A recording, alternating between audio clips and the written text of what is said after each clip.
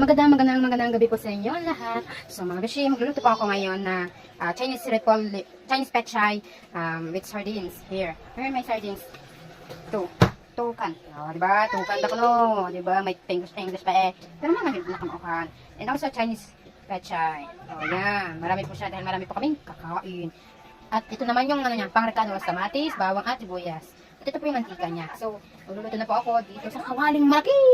So, later, mag-umpisa na po tayo. So, ito na nga po ang kinalabaksan ng aking pagluluto.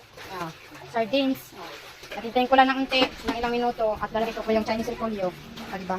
At ito na nga po, nilabas ko na, nilagay ko nga po yung Chinese pechay at nilalagay na po natin ng tubig.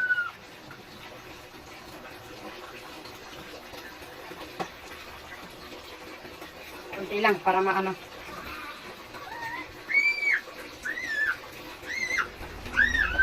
Yan, para maganda siya. Tingnan.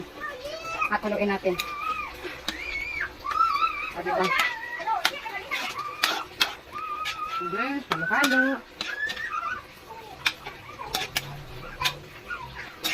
Tapos maya-maya, makulo na po siya. Lagyan natin ng adik sarap. Ito lang po tayo mga beshi. Ingat sa lahat. Po, thank you for watching mga beshi. Like and share. Here. Babush. Yes, wait lang. Diba? Yummy yummy. Panihapon naman taon na.